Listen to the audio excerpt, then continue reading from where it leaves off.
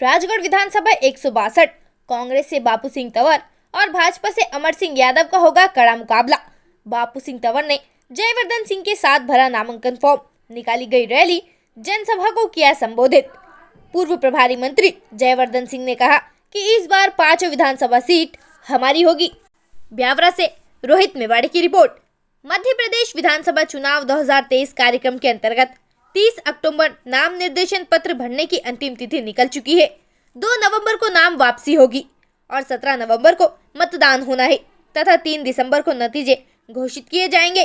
निर्वाचन आयोग अपनी पूरी तैयारी के साथ चुनाव करवाने के लिए तैयार है। पुलिस प्रशासन हर मोर्चे पर डटा हुआ है। सभी गतिविधियों पर पुलिस प्रशासन द्वारा सख्त नजर रखी जा रही है।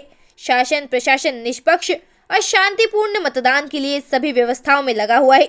राजनीतिक दलों के पदाधिकारी कार्यकर्ता अपने प्रत्याशियों के पक्ष में मतदान करवाने के लिए 24 घंटे मतदाताओं से संपर्क करने में लगे हुए हैं और लोकतंत्र व चुनाव के समय का राजा मतदाता सभी पर नजर बनाए हुए है।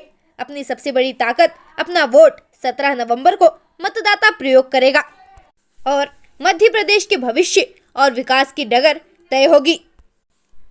राजगढ़ विधानसभा से कांग्रेस पार्टी ने बापू सिंह तंवर को फिर से मैदान में उतारा है और राजगढ़ विधानसभा के सभी कांग्रेसियों को शपथ दिलवाई जा रही है कि इस बार भी हम हर परिस्थिति में साम दाम दंड भेद किसी भी तरह से बापू सिंह तंवर को फिर से विजय बनाना है। राजगढ़ विधानसभा में बापू सिंह तंवर के सामने भाजपा ने पूर्व विधायक अमर सिंह यादव को मैदान में उतारा है। पिछले विधानसभा चुनाव में बापू सिंह तंवर ने अमर सिंह यादव को हराया था। अमर सिंह यादव को भाजपा ने तीसरी बार अपना उम्मीदवार बनाया है। राजगढ़ विधानसभा में कुल 9 उम्मीदवारों ने निर्वाचन हेतु अपने फॉर्म भरे हैं। कांग्रेस से बापू सिंह तंवर ने, बीजेपी से अमर सिंह यादव ने, आजाद समाज पार्टी से संतोष कुमार भारती ने, आम आदमी पार्टी से रतन सिंह कोड़किया ने, बसपा से इंदर सिंह वर्मा ने, निर्दलीय में मोहम्मद इलियास, निर्दलीय तिवारी, कैलाश नारायण, दीपक मेवाड़े ने नामांकन दाखिल किया है। विगत 5 वर्षों में बापू सिंह तंवर ने राजगढ़ विधानसभा क्षेत्र की जनता की निष्पक्ष तन मन धन से लगातार हमेशा सेवा की है। राजगढ़ अस्पताल में अनियमितताएं, शासन प्रशासन में भ्रष्टाचार को लेकर हमेशा ही उनका आक्रोशित रूप देखा गया है। राजगढ़ क्षेत्र के विकास के लिए हमेशा ही वे भाजपा के सांसद, भाजपा के मंत्री, मुख्यमंत्री शिवराज सिंह चौहान के लगातार संपर्क में रहते थे और हाथ जोड़कर अपने क्षेत्र के विकास के लिए अनुदान, धनराशि, प्रशासकीय स्वीकृति आदि के लिए तत्पर रहते थे। मध्य प्रदेश विधानसभा चुनाव को लेकर प्रत्याशियों की नामांकन प्रक्रिया सोमवार को पूरी हो गई है। अंतिम दिन तक राजगढ़ विधानसभा के लिए 9 जबकि खिलचीपुर विधानसभा के लिए 6 प्रत्याशियों ने अपना नामांकन जमा किया। अंतिम दिन कांग्रेस प्रत्याशी का नामांकन जमा कराने के लिए जिले के पूर्व प्रभारी मंत्री जयवर्धन सिंह राजगढ़ पहुंचे। उन्होंने राजगढ़, ब्यावरा और खिलचीपुर के कांग्रेस उम्मीदवारों के साथ शहर में निकाली गई रैली के बाद मंगल भवन में जनसभा को संबोधित किया। इस जनसभा को संबोधित करते हुए उन्होंने कहा कि पिछले कमलनाथ सरकार में हमने किसानों की कर्ज माफी, युवाओं को रोजगार और प्रदेश का विकास तेजी से शुरू किया था। फिर अचानक सिंधिया जी बिक गए और हमारी सरकार गिर गई और फिर भाजपा सरकार ने प्रदेश के विकास की गति को पूरी तरह रोक दिया। जयवर्धन सिंह ने करीब 15 मिनट तक दिए अपने संबोधन में महंगाई, कृषि लागत, चिकित्सा, शिक्षा, मेडिकल कॉलेज के सूरत निर्माण आदि को लेकर प्रदेश सरकार को जमकर घेरा।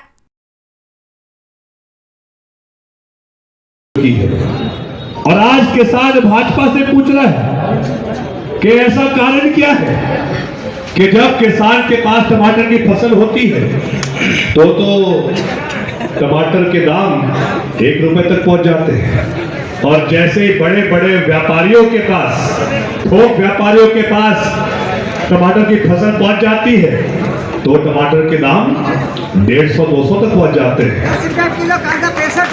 तो लोग तो मजाक कर रहे हैं कि शायद भाजपा चाहती है कि टमाटर पेट्रोल से महंगा हो जाए तो वो कह सके देखो इतना सस्ता पेट्रोल हो गया, टमाटर ही उससे महंगा है। सर यही इनका इरादा है। बात टमाटर की सिर्फ नहीं है, हम गेहूं की बात करें। ऐसा कारण क्या है कि जब किसान के पास गेहूं की फसल नहीं होती तो गेहूं के दाम 3,000-3,500 तक पहुंच जाते हैं। लेकिन जैसे किसान के हाथ में फसल आती है और किसान गेहूं की फसल मंडी तक पहुंचाता है तो मंडी तक पहुंचने तक वही गेहूं के दाम 3,3500 से 1,800 1,900 पर पहुंच जाते हैं। और इसीलिए कांग्रेस ने तय किया है, क्योंकि ऐसे बहुत सारे किसान हैं जो डिफॉल्टर नहीं है, जिनके ऊपर कर्जा नहीं है, लेकिन उनका भी संरक्षण कांग्रेस सरकार को करना है। और इसीलिए हमने तय किया है, सरकार जैसे कांग्रेस की बनेगी और मार्च अप्रैल में जब खरीदी गेहूं की होगी तो पूरे मध्य प्रदेश में कांग्रेस सरकार गेहूं खरीदी 2600 रुपए प्रति क्विंटल में करेगी, धान की फसल की खरीदी 2500 रुपए प्रति क्विंटल में करेगी। इस योजना से, इस वचन से कहीं ना कहीं हर किसान को लाभ मिलेगा, हर परिवार को लाभ मिलेगा। मैं आपसे अर्ज करना चाहता हूं, कमलनाथ जी ने इस बात तय किया है। आपको याद होगा 2003 के पहले जब बड़े साहब मुख्यमंत्री थे तो 5 हॉर्स पावर तक बिजली का बिल मुफ्त में मिलता था। इस बार पुनः कांग्रेस ने तय किया है, जैसे ही सरकार अगले महीने में बनेगी, सबसे पहले जो भी आपके कृषि के पुराने बकाया है वो पूरे माफ किए जाएंगे और उसके साथ साथ 5 हॉर्स पावर तक हर किसान को बिजली का बिल शून्य मिलेगा, 1 रुपए तक आपको नहीं देना पड़ेगा। और 10 हॉर्स पावर तक का भी बिजली का बिल आपको आधी दर पे दिया जाएगा।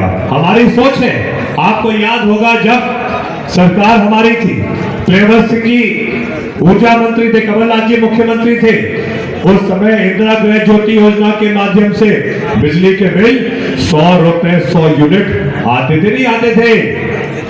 और इस बार कांग्रेस ने तय किया है कि पहले 100 यूनिट हर घर के लिए मुफ्त। आप सबके स्नेह और प्रेम के कारण आज मुझे परम सम्मानीय राजा साहब दिग्विजय सिंह जी, आदरणीय कमलनाथ जी साहब और परम सम्मानीय बाबा साहब दरबार खिलचीपुर, इन सब की कृपा से, आपकी कृपा से मुझे पुनः कांग्रेस पार्टी का उम्मीदवार बना के जनता के बीच में आपके आशीर्वाद लेने के लिए मुझे भेजा है। आपके भरोसे पर, और मुझे पूरा भरोसा, जिस प्रकार से आप सबने 2018 में मुझे आशीर्वाद दिया और मध्य प्रदेश की विधानसभा में चुन करके भेजा, मैंने किसानों की लड़ाई लड़ना, जिले के विकास की लड़ाई लड़ने का काम किया, जनता की लड़ाई लड़ने का काम किया। किस प्रकार से मेरे विधानसभा क्षेत्र का विकास हो सके, दिन रात इसकी कल्पना मैंने की और उसको साकार करके दिखाया। मुझे आशीर्वाद प्राप्त था परम आदरणीय राजा साहब का, मेरे को 2 मंत्री मिले, मैं सौभाग्यशाली था। मैंने भरपूर उपयोग किया विकास के लिए दोनों मंत्रियों का, कभी प्रियव्रत सिंह साहब को ले जाता हूँ, कभी जयवर्धन सिंह साहब को, और कभी कमलनाथ जी को लेकर राजगढ़ में आए, और जैसा पुरोहित जी बता रहे, राजगढ़ को मेडिकल कॉलेज की सौगात दी है।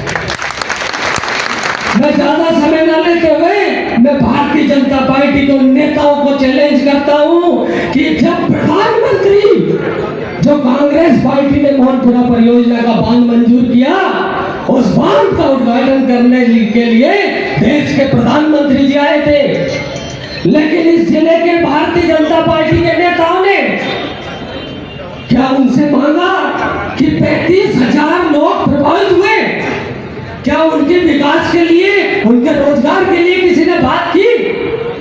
क्या मोदी जी 1 रुपया देकर के गए? क्या इन लोगों ने मांगा उनसे कुछ? अरे इनमें हिम्मत नहीं है कि उनसे मांग सके। अभी राजनाथ सिंह जी आए थे, वही परियोजना का पैसा खर्च किया, लेकिन उनसे 1 रुपया नहीं मांग सके। मांगने की बात उनके सामने बोलते थे, अरे जब मांगोगे नहीं तो मिलेगा कैसे? अरे मैंने मांगा, जब कमलनाथ जी साहब को लेके आए तो मैंने मांगा, मैंने मेडिकल कॉलेज मांगा, मिला, मैंने जिला अस्पताल में बेड बढ़वाना मांगा, मुझे मिला, आज भवन बन रहा। मैंने भवन मांगा, मैंने सड़कें मांगी, मैंने जालपा माता जी की सड़क मांगी, मिली, घोड़ा माता जी का विकास मांगा, मिला। लेकिन ये लोग अपने, अगर वो मुख्यमंत्री जी जब भूमि पूजन करने आए मेडिकल कॉलेज का, तो मैंने उनसे मांग रखी, तो मुझे मांगने नहीं दिया। राशिद भाई पकड़ना मुझे, एक तरफ सांसद पकड़े, एक तरफ मंत्री पकड़े, फिर और मुझे मांगने नहीं दे। अरे भाई ये बताओ, में, तो दम नहीं है मांगने की। अरे भाई, मेरे क्षेत्र का चुना हुआ प्रतिनिधि, जनता ने मुझे चुन के भेजा। अरे मेरे क्षेत्र में पाइपलाइन से गांव जुड़ने, मांगने का अधिकार मुझे है। मेरे क्षेत्र में सड़कें बनाना, मेरे क्षेत्र में बहुत काम कराना, मेरे क्षेत्र में ओड़ा माता जी का पैसा आपने रोक दिया, मेरे क्षेत्र में छोटा पुल नहीं बनाया, बांध बनाना था। जब मैं रोजगार की मांग करता हूँ कि मेरे यहाँ लोग बेरोजगार भी हो, बेरोजगार है, उद्योग लगाने की मांग करता हूँ तो मांगने नहीं देते। और मैं उनसे कहता हूँ भाई तुम में दम हो तो तुम मांग लो, ना तो वो मांगते ना मांगने देते। तो उस जिले में किया क्या हमने? इस विधानसभा में अगर चहुमुखी विकास किया तो कांग्रेस पार्टी ने किया, राजा दिग्विजय सिंह जी की देन है जो इतने बड़े बड़े काम हुए। और अभी काम पूरे नहीं हुए, हमारी और प्राथमिकता है। अभी हमें राजगढ़ में बाईपास बनाना, हमें छोटे पुल का बड़ा पुल बनाना, उजनेर में महाविद्यालय खोलना है, लॉ कॉलेज बनाना है। ऐसे कई विकास के कार्य जो हमें करना बाकी है, वो हम करेंगे। लेकिन वो आपके आशीर्वाद के बगैर संभव नहीं है। आपका आशीर्वाद हमारे साथ तो हम काम करेंगे।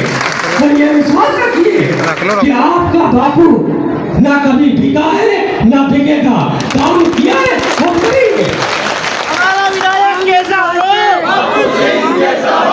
मेरे कार्यकर्ताओं के सम्मान, अगर बिकता तो मेरे कार्यकर्ताओं को कितनी ठेस पहुंचती, किसी को चेहरा बताने लायक नहीं बचते। मेरे कार्यकर्ता ईमानदार है, तो अगर उसका नेता बिक जाएगा तो मेरे कार्यकर्ता का सर झुक जाएगा।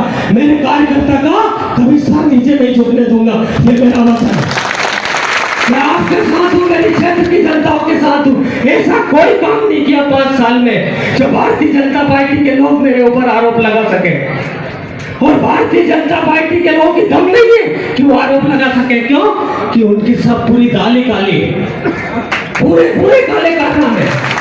मैंने ईमानदारी और निष्ठा से काम किया। आदरणीय साथियों, मैंने देखा पिछले चुनाव में भारतीय जनता पार्टी के लोगों ने मेरे ऊपर, मेरे समाज के ऊपर बड़े बड़े आरोप लगाए कि देखो राजगढ़ लुट जाएगा, राजगढ़ लुट जाएगा, पत्थर भिड़वा दिए। बोले भैंस नहीं रख पाओगे आप, भैंस चोरी कर ले जाएंगे। अरे 5 साल में एक भी भैंस चोरी हुई क्या? ऐसी भोली भाली समाज को बदनाम करने का काम। अरे वो धन्य है, वो इतना धर्म कर्म करने लग गए। अरे बाबा रामदेव जी की कृपा है कि वो सब सन्मान पे चल रहे हैं।